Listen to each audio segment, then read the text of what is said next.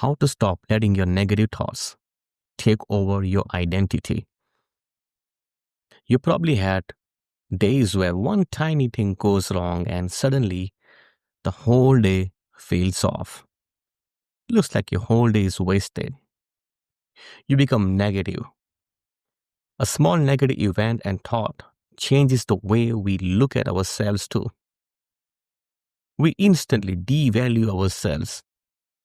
We start to disrespect ourselves. It's not because the moment itself was huge. It's because the story we tell ourselves becomes huge. But stories can change. And today we're going to look at how to change them with just few words. Think of the sky. Someday it's full of fluffy white clouds.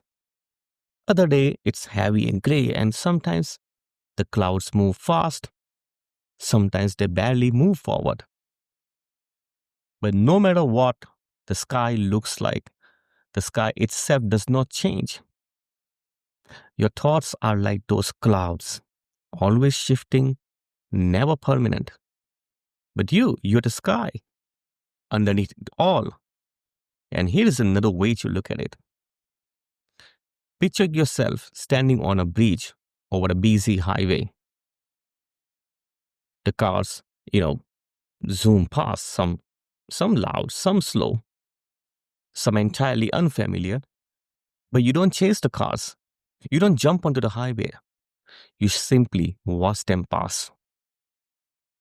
Thoughts are like that traffic. They come and go. But you don't have to run after every single thought. Here's where the real trouble starts.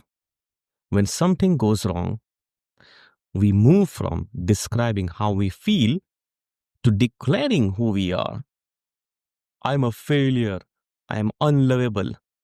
I am not enough. Since we say I am, we turn a moment into an identity. Here's a simple fix that gives you space again. Swap I am with I feel. Instead of I'm a failure, say I feel like a failure right now. And you can go one layer deeper. Say I'm having the thought that I'm a failure. Now the thought becomes something you're watching. From that bit of space, you can ask, is this thought helpful? What else might be going on? Let me share a few everyday examples. Instead of saying, I am anxious or stressed, say, I feel anxious and stressed because today is overwhelming. Instead of saying, I am lazy, say, I am having the thought that I don't feel ready yet. Instead of saying, I am hopeless, say, I feel hopeless tonight. It's been a long week. Instead of saying, I am weak, say, right now I feel drained. I need rest. Instead of saying, I am not good enough, say, I am noticing a thought that I might go wrong. Each shift gives you breathing room. You stop treating passing feelings like lifelong truths. Remember, a bad moment does not mean a bad day. And a bad day does not mean a bad life. You can comfort yourself, rest, talk to someone without dragging a heavy label behind you. This tiny shift gives you some space. It lets you respond kindly, rest, and reset without dragging around a heavy label. Now let's wrap up with two more analogies. It's like standing on a beach, watching the waves rise and fall, crash and disappear. But you never confuse the wave for the whole ocean.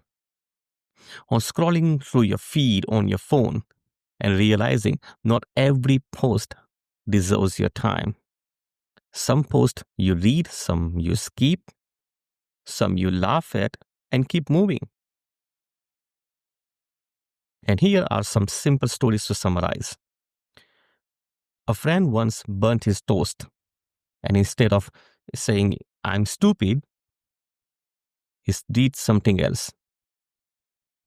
It wasn't stupidity, it was a toaster set too high. When he changed it to, "Oh, I feel frustrated," the whole situation softened. It wasn't his problem. It was the breakfast. It was a toaster. Another example of a job interview. Someone walked out of a tough interview and said, "I'm terrible at job interviews." After a minute, he paused. He rephrased it. "I felt nervous today because I did not sleep well." The next week, he rested and prepared well. He won the second interview. And he passed. The feeling passed. The skill remained. Lastly, a woman skipped a workout at gym. And she told herself, "I'm just lazy." Then she paused and said, "I'm having a thought that I did not want to go today because I'm exhausted." And it's okay, give herself some space. The next day, with energy back, she went, and the story changed because she gave herself some space. Over time, that's what this language shift does. And here's how to put this into practice starting from today. Watch the criticism of the "I am" moments. When you hear yourself criticizing yourself, say, "I am," then pause. Do not finish the sentence. And treat it like a tiny red flag waving. Switch to "I feel" or "I am having the thought that," and say it loud. The words create space immediately. Ask one grounding question. Just pick one. Is this thought true? Is this helpful? What else could be going on? Label the real need. Are you tired? Are you hungry? Are you overwhelmed? Lacking support? Most identity problems are actually unmet needs. You don't have to do everything. You don't have to chase everyone. You don't need to chase every single task. You need some space. Give yourself one small kindness, a 2-minute silence or quiet mind, a glass of water, a short walk, a message to a friend. A small kindness reset the whole system. Practice this for a week. Not perfectly, just consistently enough to notice the difference over time. You stop trying your word to passing thoughts. You return to being the person underneath. Steady, grounded, and far bigger than any thought that comes and goes. Remember, a bad moment is not a bad day. A bad day does not mean it's a bad life. Don't let a tiny thought change the way you look at yourself. If you need any help in doing it, or if you have any questions, you can reach out to me. Share your feedback with me. And if you benefit from this video, recording, or lecture, please recommend it to someone who can benefit from it. Share it far and wide. This is Mayur Bardolia, a success coach from North Star Angel Coaching and Spiritual Solutions. If you wish to book a coaching session and workshop, or invite me as a speaker, reach out to me at contact@northstarangel.com. Have a nice day.